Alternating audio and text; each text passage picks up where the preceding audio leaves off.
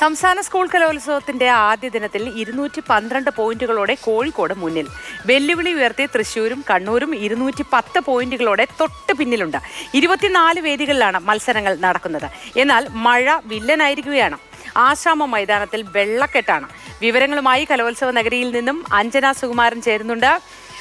അഞ്ജന, മഴ ഒരുപാട് ശല്യം ഉണ്ടാക്കുന്നുണ്ടോ? മത്സരങ്ങളെ ബാധിക്കുന്നുണ്ടോ? ഇന്നത്തെ പൊതുജനങ്ങളുടെയൊക്കെ ഒരു കൂട്ടം എങ്ങനെയുണ്ട്? ഒന്ന് ഉഷാറായി തുടങ്ങിയോ അവിടെ? മോദി, ഇന്ന് കലോത്സവ നഗരിയിലെ കലോത്സവ മാമാങ്കത്തിൻ്റെ 2ാം ദിവസമാണ്. ഇന്നലെ രാത്രി മുതൽക്ക് തന്നെ ഒരു 11 മണിയോടുകൂടി തന്നെ കൊല്ലത്ത് മഴ ശക്തമായ രീതിയിൽ പെയ്യാൻ തുടങ്ങിയിട്ടുണ്ടായിരുന്നു.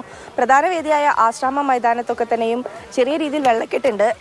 പല പവലിയനുകളുടെയും പോലീസിൻ്റേതുൾപ്പെടെ പല പവലിയനുകളിലും വെള്ളക്കെട്ട് മഴ ശല്യം സൃഷ്ടിച്ചിട്ടുണ്ട്. ചിലതൊക്കെ ചോർന്നു തുടങ്ങിയിട്ടുണ്ട്.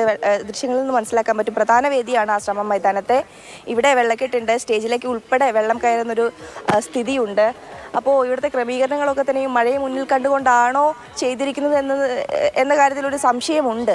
ഏതായാലും മഴ ഇങ്ങനെ നിൽക്കുന്നതുകൊണ്ട് കാലാവസ്ഥാ നിരീക്ഷണ കേന്ദ്രത്തിൻ്റെ മുന്നറിയിപ്പുണ്ട്. കൊല്ലത്ത് ഒറ്റപ്പെട്ട ശക്തമായ മഴയ്ക്ക് സാധ്യതയുണ്ട് എന്നുള്ളത്. അപ്പോൾ മഴ ഇങ്ങനെ നിൽക്കുമ്പോൾ അത് എത്രമാത്രം പരിപാടികളെ ബാധിക്കും എന്നുള്ള കാര്യത്തിൽ സംശയമുണ്ട്. മാത്രമല്ല, ഇന്ന് 60 ഇനം പരിപാടികളാണ് ഷെഡ്യൂൾ ചെയ്തിട്ടുള്ളത്. 24 വേദികളിലായിട്ട് 60 ഇനം പരിപാടികൾ നടക്കും. അതിൽ പ്രധാനപ്പെട്ട നാടകം, അതുപോലെ തന്നെ മോഹിനിയാട്ടം, ദഫ്മുട്ട്, അങ്ങനെ ഒരുപാട് പരിപാടികൾ ആൾക്കാർ കാണേണ്ടതായിട്ട്, ആൾക്കാർക്ക് ഒരുപാട് താല്പര്യമുള്ള പരിപാടികളുണ്ട്. അപ്പോൾ ആ പരിപാടികളൊക്കെ എത്രമാത്രം ആയിരിക്കും മഴ ഒരു ആശങ്ക സൃഷ്ടിക്കുക അതിൻ്റെ ആസ്വാദനത്തിൽ എന്നുള്ളതിൽ സംശയമുണ്ട്.